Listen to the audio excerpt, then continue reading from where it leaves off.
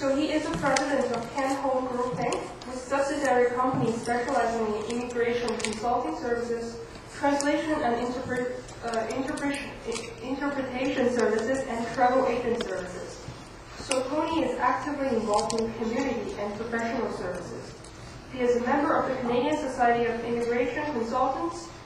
He was a member of OPIC, also is a member and the past director of Association of Immigration Council of Canada, president of the Canadian Association of Chinese Professional Immigration Consultants, and member of Paralegal Society of Ontario and Canada. Tony believes in the business relationship between China and Canada. He participated in Team Canada trade missions to China in 2001 and 2005, headed by Prime Minister Chrétien and Prime Minister Martin respectively. In the year 2002, Mr. Tony Look received the Queen's Golden Jubilee Award, and again in the year 1999, he received the ACCE Entrepreneur Award. And also he is a recipient of Provincial Outstanding Achievement Award and 20th Century Achievement Award. He is going to be offering some insights on his experiences opening up businesses in China. So let's welcome Mr. Look. Hello everyone. I'm delighted to be here today. I was here last year with the same conference. It's a very successful conference. Actually, I learned a lot, from all of you and also the speakers. We just talked about some interesting topics about doing business and culture with China. So I know I'm the last speaker. I'm going to make it short and sweet. Doing business in China is something you have to know the culture of China. If you want to do successful business in China, you must know the Chinese culture. China doesn't like the Western world. Sometimes their thinking is different. So, for instance, like they want the official or the people who make the decision want to be respected. So I'm sure you will expect example like the airplane making company Airbus and Boeing. Okay, actually they're both good companies. They are same style. And then Boeing, of course, with the backup of the United States, the U.S. government, actually should be get more business with China. But in fact, that's not the case. Why? Airbus from the European country get more orders of airplane, almost double than the Boeing, because they know the culture. Especially, I'm not sure in the past years, like the French president, he visited China a few times, and he showed respect to China, and also. In one occasion, the French government decorated the street of France with all the Chinese culture, all the crackers, all the lanterns, things like that. And when the president of China, Hu Jintao, visited Paris, with red carpet, and a lot of people welcome on the street, and the president felt good, the official had feel good, so he gave more orders. In China, even though both are good companies, they make the same good products. So that's why we must understand when we market to the business, it's not how good your services, how good your products. No, in Chinese they don't like this way. How they feel, received. They feel they're respected. And the other example is that in China, because the economy goes so fast, they need a lot of generators, so that they want to get more tender to build more atomic, generators. And why? That's why our former Prime Minister Cheng went to visit China and tried to get a deal, because in the past, he and also the Canadian government put a relationship. They try to lobby, but if you say I put products, my most updated technology with the atomic generator. It's not the case. You must, to build a relationship, you have to show the Chinese that you respect them, you want to be friends with them, So respect is one of the key issues when doing business, Another culture is like for making business, doing business with Chinese, they have a different kind of culture, Like in Canada, we talk about business in the office, and we doing conference like that, we closing deal, But in China, we close a deal at any time. We go out for supper, we talk, relaxing, Sometimes people go to karaoke, and then they close the deal there, right? So you must know culture. Say, they try to party, say, oh, come on, have a supper, or go to karaoke, or maybe go to the bar, and you say, oh, please, I go to sleep, I don't want to attend, You lose a chance, okay? So you must know, and also in China, we know what we call the guanxi. Guanxi means the relationship, the context, In China, you must know who made the decision, who's the decision maker, If you go to do a business and you don't know who the decision makers, you spend a number of years without achieving anything. So you must know who the right contact is, who's the making decision. And then sometimes, not all Chinese, but a small part of Chinese say, they pretend say, I have the contact, I have guanxi, or I have to all know all people. If you believe it, and then you don't know that, you spend a lot of money, effort, time, without achieving anything. So you must know the system. Like, for example, if you talk with the China official and close the deal, sometimes they have only about 4-year term or 5-year term. Don't talk to them whether they have last year in power. Once you say close the deal, and then next day they change another, maybe mayor, governor, or whatever. So you start the deal again. So that's why you must know the China, the political system, how to work the structures. Otherwise, you spend a lot of time, effort, without achieving anything. And also, if you know the language of Chinese language is an asset, I'm not sure you know Daisan, the Mark Roosevelt, he's a legend of Canadian, Daisan, Why is so successful and famous in China? Because he knows the language. He can speak language well. And then, people, surprising, oh, it's surprising, oh, impressed, the Chinese impressed. He can speak, so good language. So the language is one of the assets. If you want to do business, at least share, Nihoma, things like that. You really have people that will be impressed, and when you're doing it.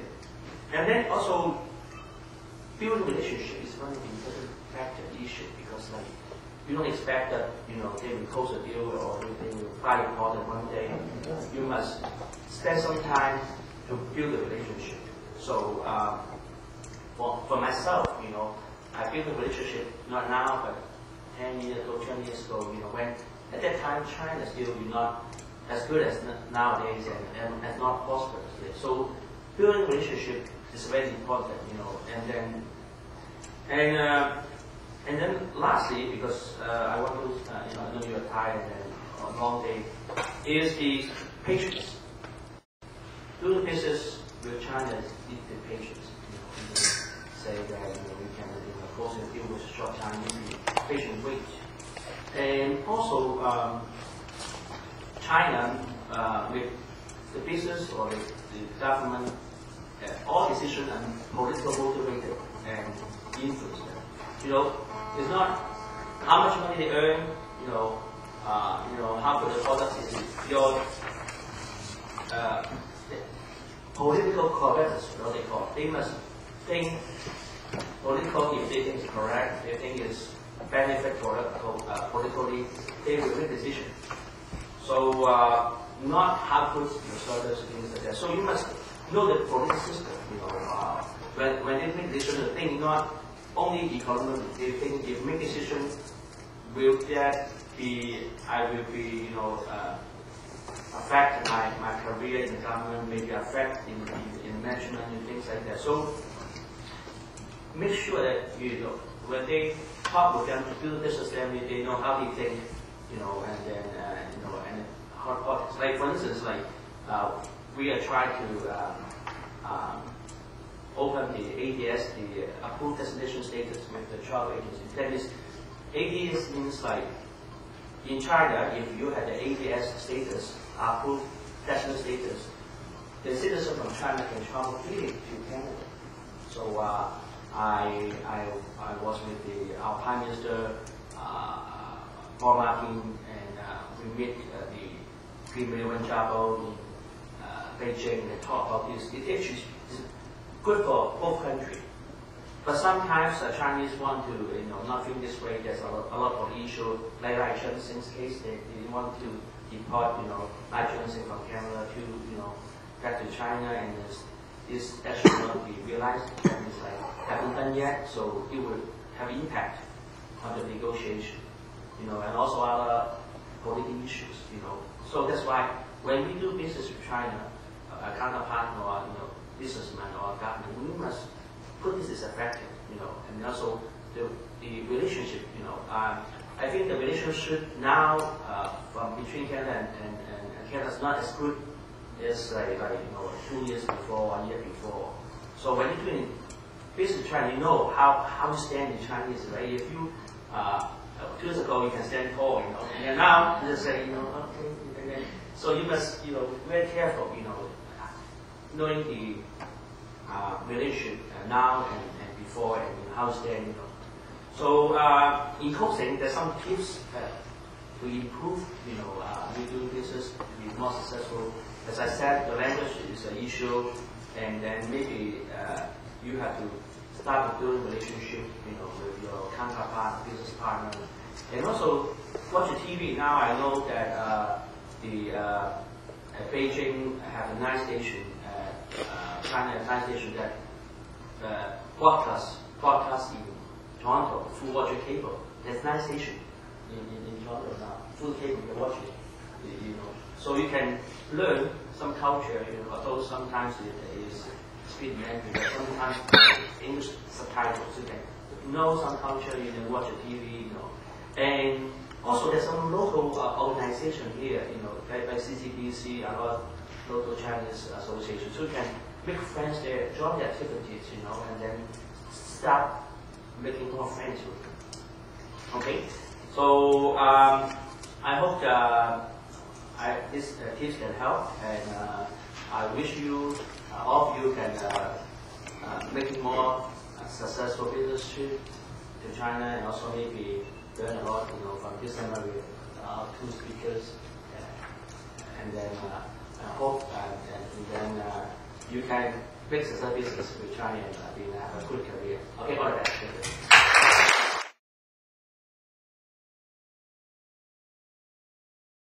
The Americans make it much easier for the Chinese to do business with them because they hand it to them on the platter, where the Canadians might make one phone call, leave it, and then they never hear from them again.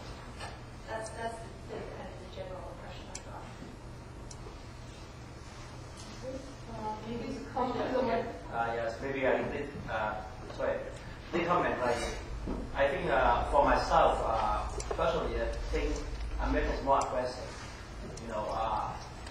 Canadian is more conservative.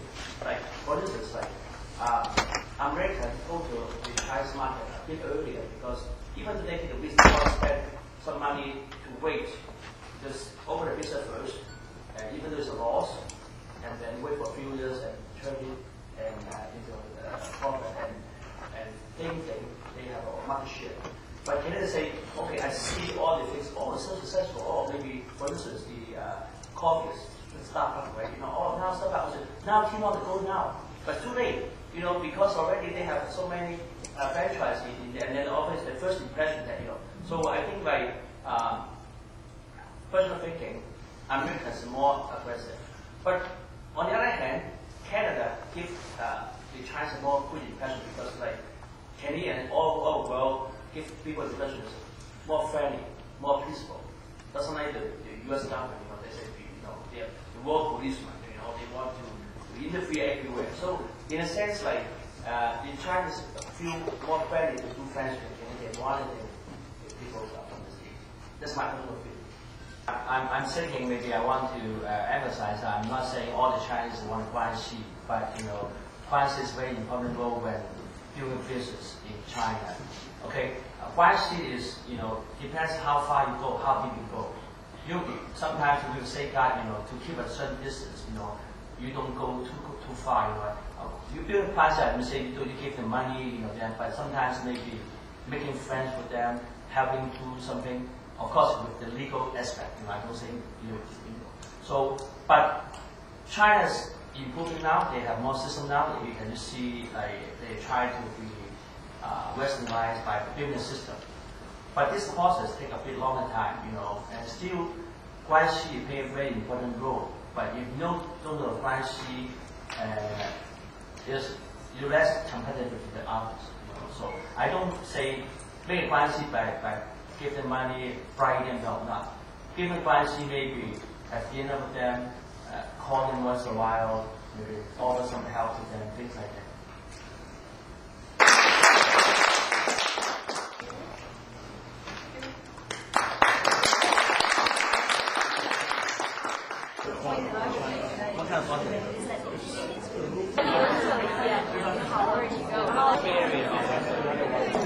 Oh, thank you for everyone's coming. We're gonna have a lucky draw now. We have a ticket, round ticket, either go to Vancouver or Los Angeles, provided by Pan Travel Service. So now I'm really happy to let Tony Wu, the president of Pan Travel Service, to do the lucky draw class. Is anyone missing? Anyone missing? Anyone will put a...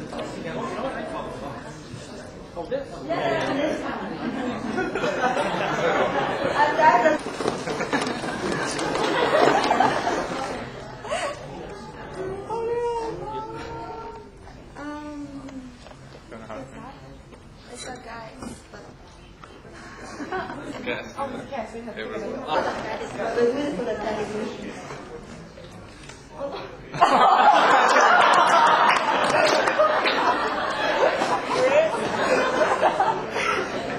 Who's so lucky? Who's so lucky? Oh, it's WADE Chen.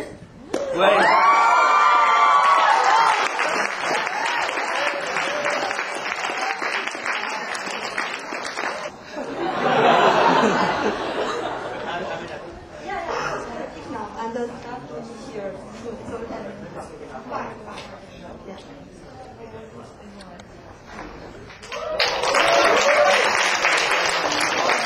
Come later, we can get mouth later.